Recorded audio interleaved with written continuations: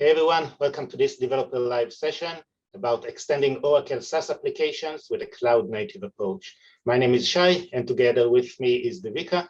And today we're going to talk about how you can extend the Oracle Cloud applications, building those extensions in a cloud-native approach. So the first thing we probably want to talk about is what are Oracle Cloud applications. We'll talk about how you connect to Oracle SaaS, how you get to the data from Oracle SaaS.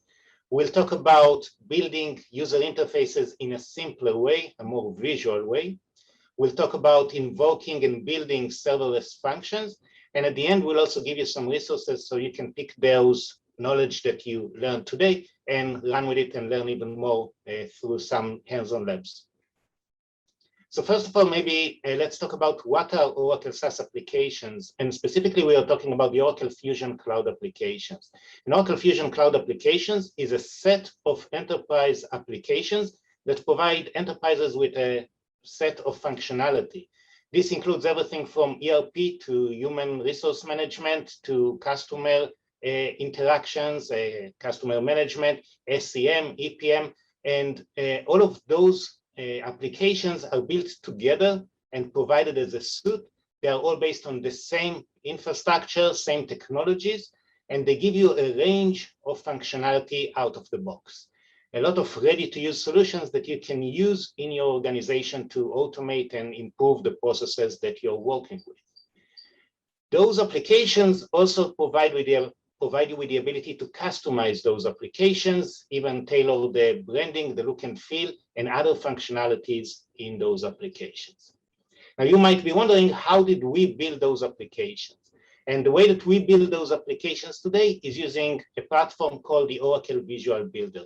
Oracle Visual Builder is an app development and extension platform that allows you to easily and rapidly create and extend enterprise applications using a visual development environment. As you can see in the diagram on the right side, you actually see the pages and you can drag and drop component and design your user interface very easily. We also give you visual approach to develop your business logic in those applications.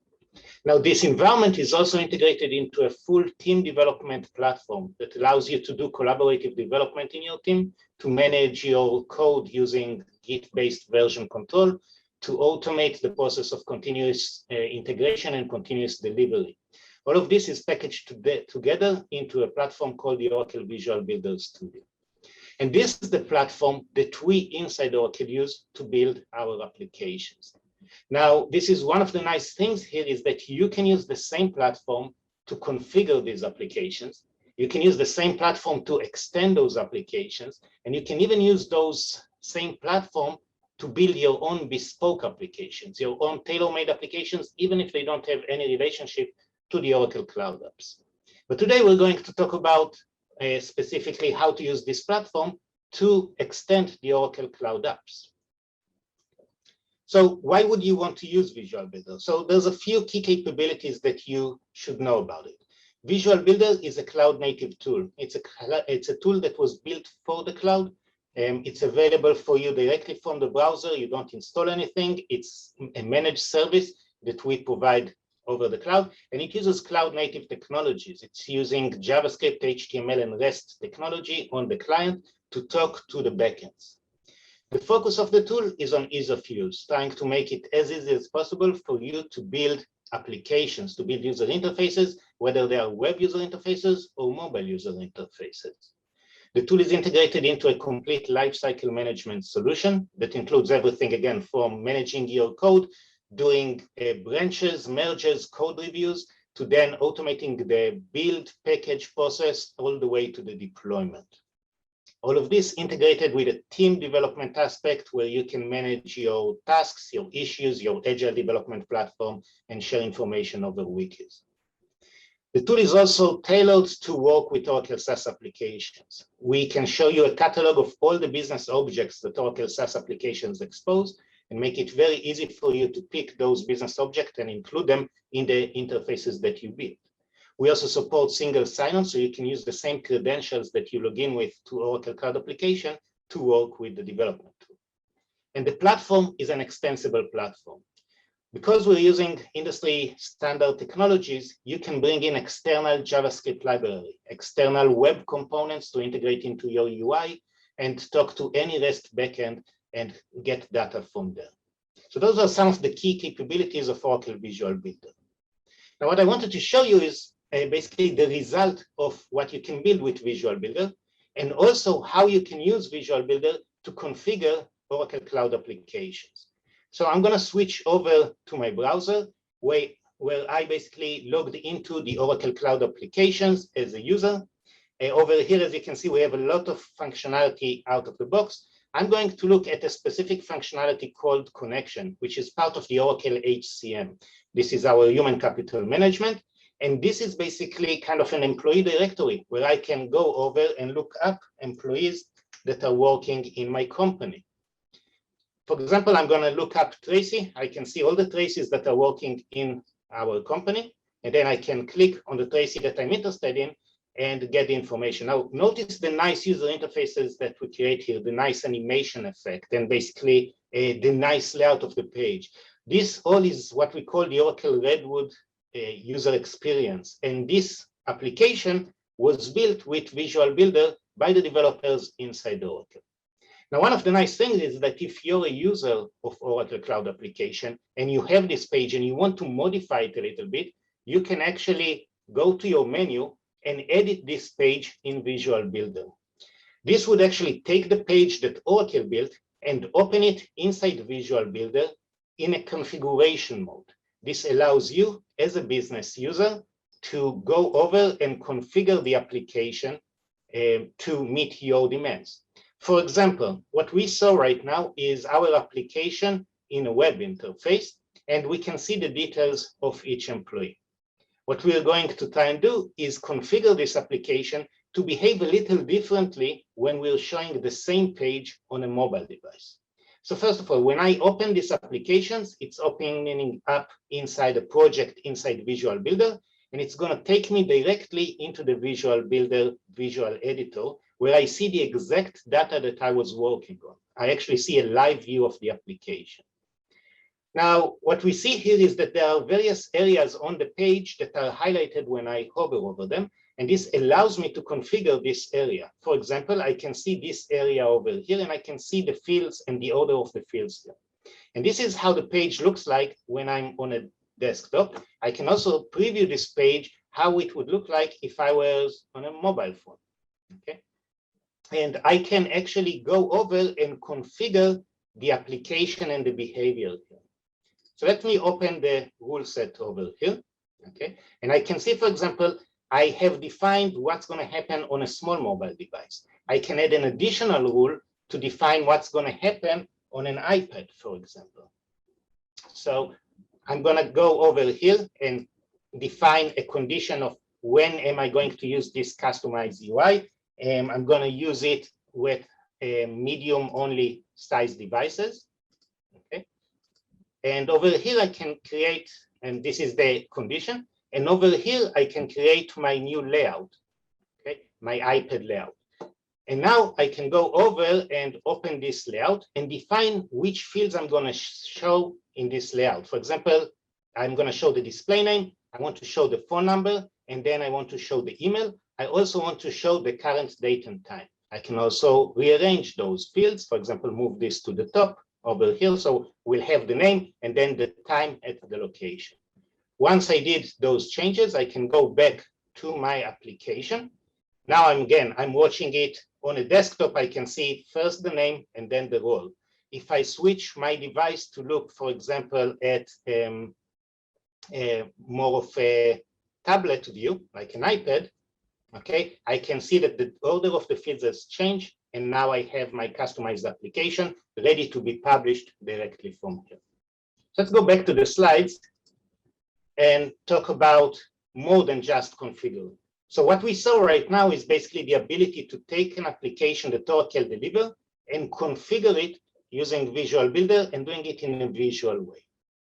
In addition, you can also run into situations where you want to extend the applications that Oracle provides. So this is to handle situations where you have changing business requirement, some specific business functionality that you want to implement that is unique to your company. Okay, it might be unique functionality, maybe it's a unique flow of how your business handles stuff. It might be that you want to create an optimized user experience, something that is a little different from the UI that Oracle created, maybe something that is a little simpler for specific scenarios. It might be situations where you want to get data from external system combined with your cloud data apps. Okay? And it might be also situations where you want to expose data from the Oracle cloud apps to external customers outside of the pages that Oracle delivers. In all of those cases, you might want to build extensions to Oracle Cloud Apps. And the nice thing is, again, you can do this very easily with the same tool, with Visual Builder, because we have this service catalog of various services that Cloud Apps provide, and we allow you to build those extensions. So let's go over and see another demo of how we're going to build a mobile extension to give employees their Employee of the Month award. Okay?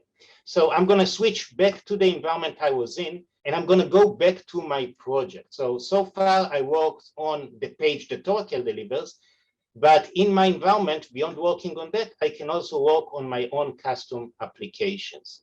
Okay?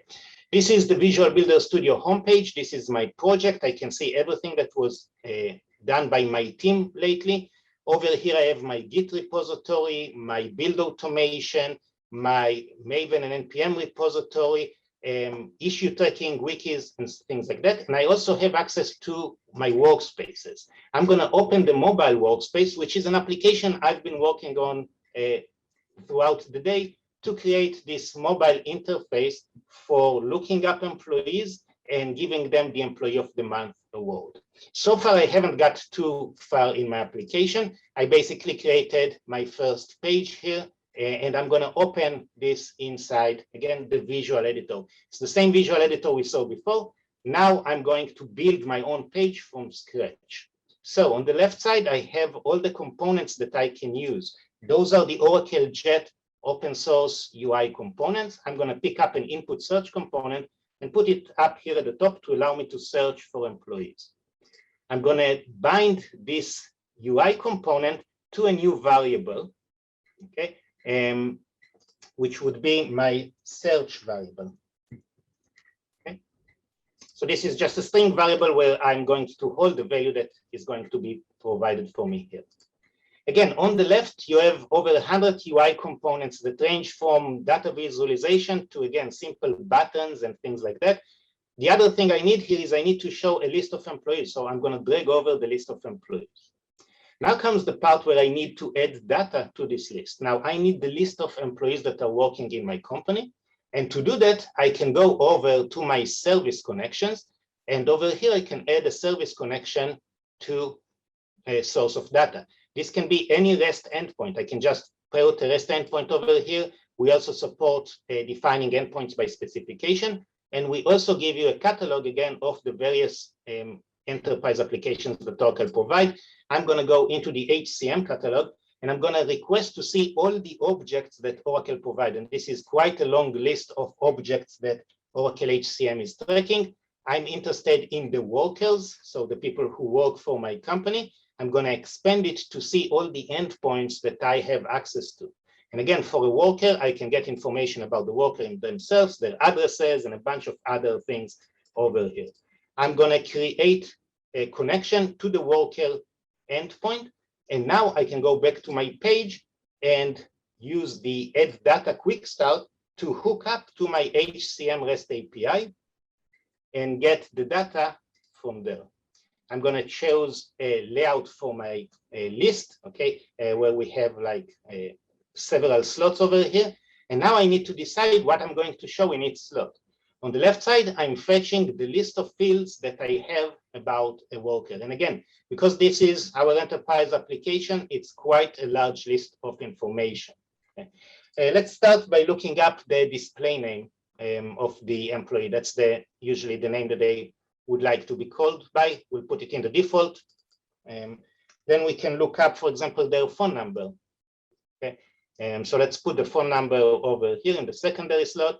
We can also look up where they are. which city they are in. So this is part of their address. We'll put this over here in the third point. Then we can click next.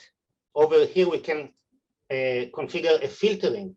So the filtering is very simple. What I want to do here is I want to look up the display name. Okay. So display name over here. And I want to see that it's actually matching my search variable like that. So this is the condition I have. This basically ties the list to the search that I have up on top of it. Now I can switch to live mode and see my application actually working. For example, if I look up Tracy from here, it would go and search and find me all the traces. So this is how simple it is to go over and build your own custom UI, leveraging data from Oracle Cloud Apps, creating an application that the code for it is pure HTML code, using, again, JavaScript to fetch the information and REST endpoint, and creating an application that allows you to access Oracle Cloud application data.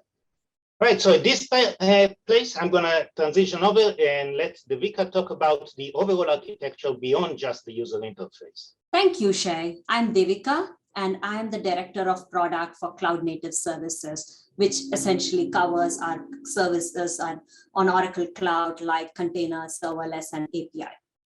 As we are working with customers and talking to them about the requirements to build and extend enterprise scale applications, we have found that there is usually a lot of core requirements that are in common across them. And this, what we're talking to you about is things like security and compliance. I mean, you're talking about your production applications, whether it be internal or for your customers, and you want to make sure that they're highly available. They don't go down. Even if they were to, it recovers gracefully. They scale based on your load. They're highly performant. The way the development can happen is agile, and you can observe what's happening. So these are some of the requirements that we've come up with that every enterprise application requires. And even when you're talking about something like extending your existing SaaS applications, you want to make sure that what you're using to do that adheres to all of these things. And of course, we spoke about some of these requirements, but you also want to make sure that where possible, you're paying the lowest cost. And also, as far as possible, these are built on open standards so that it is portable and it meets the needs of your enterprises. Now we'll show you how you can actually achieve some of this with our existing services. So Shay already spoke to you about Oracle SaaS applications. You have things like the ERP, HCM, advertising and customer experience applications that you're probably using. And what you're talking about is, hey, and how can I extend those applications? And for that, like you saw already, you can use tools like Visual Builder and Oracle integration to connect, get the data, modify it based on your needs. And then you have your external systems or customers who are talking to these applications. Sometimes you may need to do a little more than that. You may want to access the database, which again, you can do using Visual Builder and integration, or you might want to write some custom logic. It's not something that you can easily do. And I'll just show you a demo as well a little later with extending what Shay already showed you with the mobile application and awarding the employee of a month. And for such things, you can use Oracle Cloud Functions. Oracle Cloud Functions is basically a serverless service where you can deploy your code and let it run for you. Before we go into functions, I'd also like to talk to you about our design principles and technology recommendations that are applicable as you're talking about extending your SaaS apps. So first off, we want to make sure that all the components that we're talking about answer the principles, and we're talking about building things like lightweight open source frameworks. You want to use mature programming languages. You want to make sure whatever you're building is compatible and portable. And when you build them, you want to build them as microservices on top of fully managed services, talking using APIs. Following these recommendations, keeping your application stateless, making sure that you have the right build, test, and deployment tools, and end-to-end monitoring and tracing, What that lets you do is really achieve the core requirements we spoke about earlier, making sure your applications are scalable, secure, highly available, etc. And if you talk about services like Oracle Visual Builder, which is built on Jet, and Functions, which is built on the FN project, both of which are open source projects, you're talking about services that are managed and already stick to these principles. So now we will go into Oracle Functions. So what is it? Functions is a serverless platform. Some people call it Functions as a Service that lets developers create, run, and scale their applications without the need to manage any infrastructure. So what is that? It's an autonomous platform. So the platform auto scales based on your needs, shrinks down to 0 when it's not. So you're just paying for what you're using. There's no idle servers, there's nothing to manage, there's nothing to patch and upgrade. So the host, the infrastructure provider, in this case OCI, handles all of that for you. And Oracle Functions is integrated with the rest of our ecosystem. I'll talk to you about a few of our existing integrations. And it's a cloud native, it's a modern application building environment. It is built, like I mentioned earlier, on top of the FN project. FN is an open source project that essentially lets you have a serverless Functions as a service. So with using Oracle Functions, your developers now don't need to manage any infrastructure and have productivity right from day one. We also make sure we take care of security as a prime requirement. It comes with access control, with single sign-on when you want to go develop. Your code is executing in an isolated environment. You have secure authentication. Basically what you're doing at this point is 4 steps to develop your application. You write your code, basically just your business logic. You're filling that in and saying, hey, what do I want to do? For example, Shay was building this application to award Employee of the Month. What does that want? And you want to modify that image and call them as and mark them and highlight as Employee of the Month. So you write the code to do that. Then you package this code as a container, not as complex as it sounds. We already offer the tools to do that. Push this function to a registry that can be picked up, configure any triggers if needed. You can either directly call, in which case there's no trigger, or you can configure things like, hey, when I receive a notification or when there is a new message, call this function, and that's it. Your code runs whenever it's triggered. You pay for the execution time only. That's what Oracle Functions is in a nutshell. So we spoke a little bit about integrations. Let's see what these integrations are about.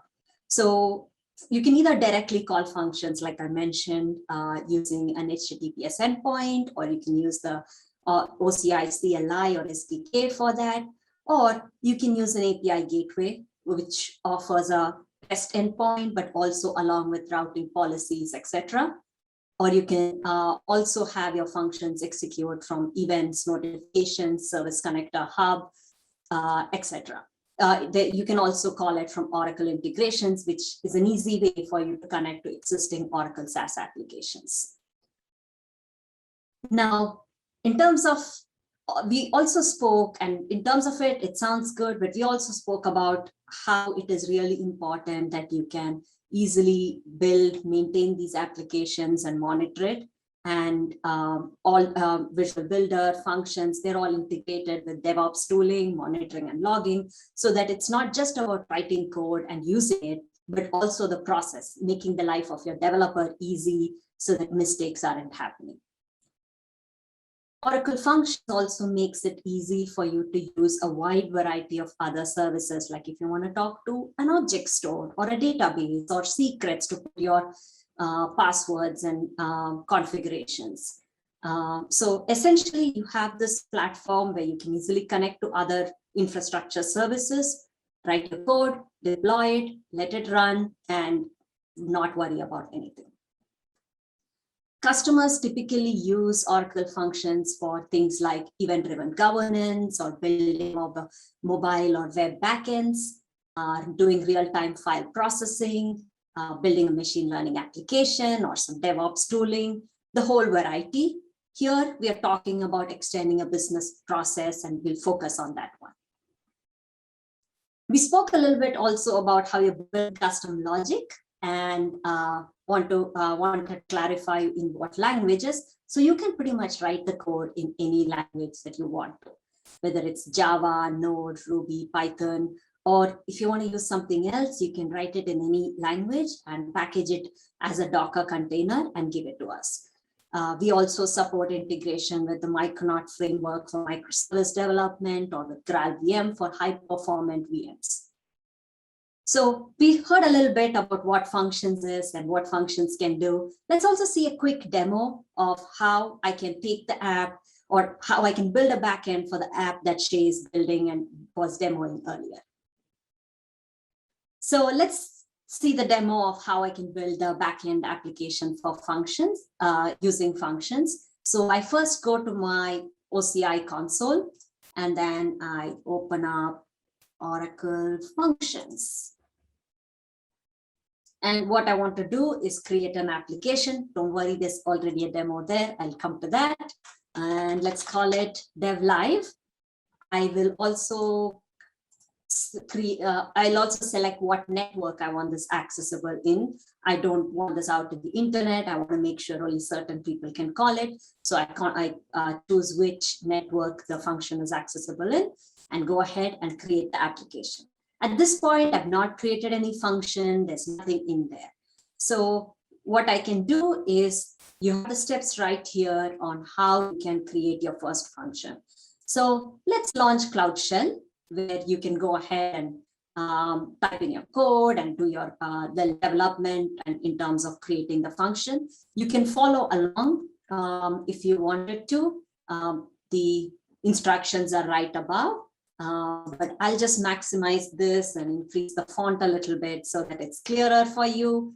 And so what we would do first is set the context. What the context is it's telling which region and which registry I'm using. And it looks like my context is already set. I have already logged in, and it has access to my Oracle container registry in this region. So I can go ahead and create an app. Create a function in my existing app. Can actually list apps too to see what app we just created. So that was Dev Live. So now let me do fn init. And let me pick Python as the runtime and call it Hello1. Call it Hello. I've already used up the other name. And if you look at what it has created is under Hello, you can see that there is the YAML file, the Python file. So if you go into that, the file has basically a boilerplate code for a hello world. Or, if that's not my language of comfort, all I'm pretty much doing is saying fn init, runtime, Java, @demo. And that's it. My Java code is now created. Let's also see how I can use this and modify it. So I go into source, and I have a little hello world here, and I can say hello from Dev Live.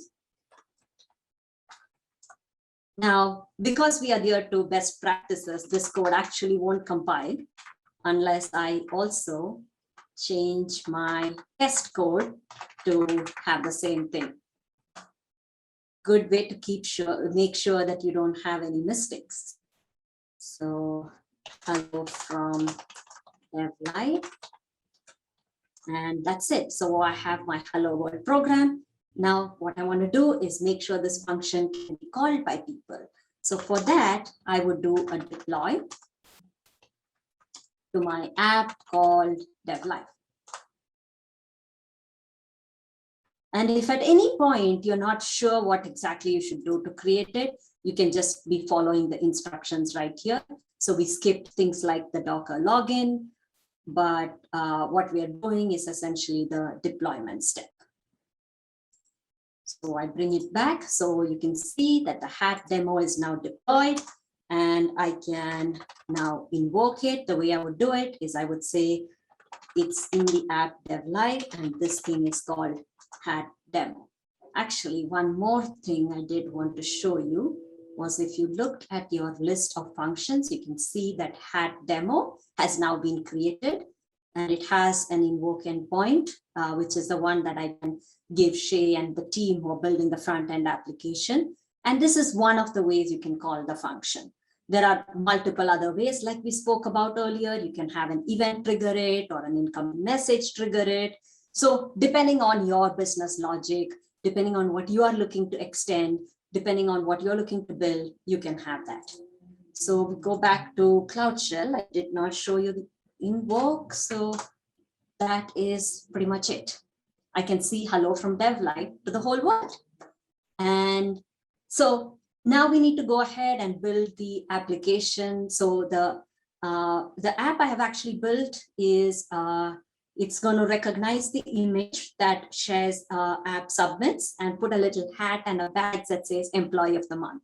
Now, like with other applications where you're talking about doing an image recognition and modifying it, it's more than 2-3 lines of code, so probably not something you want to follow along right now. But I have already created that. So if you looked at my functions, I have an employee demo right here. I have it running. I have the function faces in there, and I've given the endpoint to Shay so that he can call it. And I will now pass it on to him so that he can show how this employee demo faces app is being used to extend the application. Thanks, Devika. So we saw how to create a function. And again, we have a function that basically modifies the picture or the photo of an employee. And what I'm going to show you is how I'm going to use this in the little application we just built a minute ago. So let's go back into our Visual Builder. Again, we have this little application over here that allows us to look up employees in our HR system. What we want to do now is we want to be able to select an employee. So let's look at the properties of this list item, and we're going to enable us to select a single employee. And then we want to do something when we select this employee. What we want to do is have an event. The nice thing about Visual Builder, it's an event-driven architecture.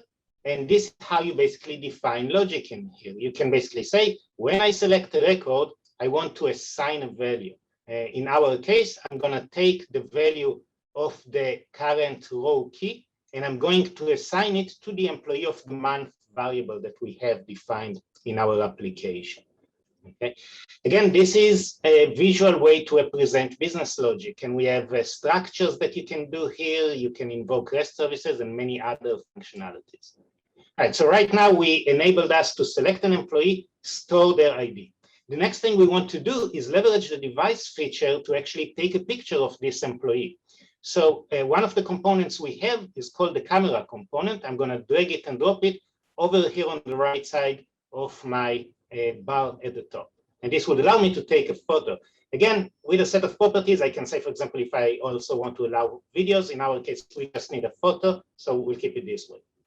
Then again, we have this ability to define an event. What happens after I take a photo? So we go over here, and this is where we actually need to call the function to process the photo we just got.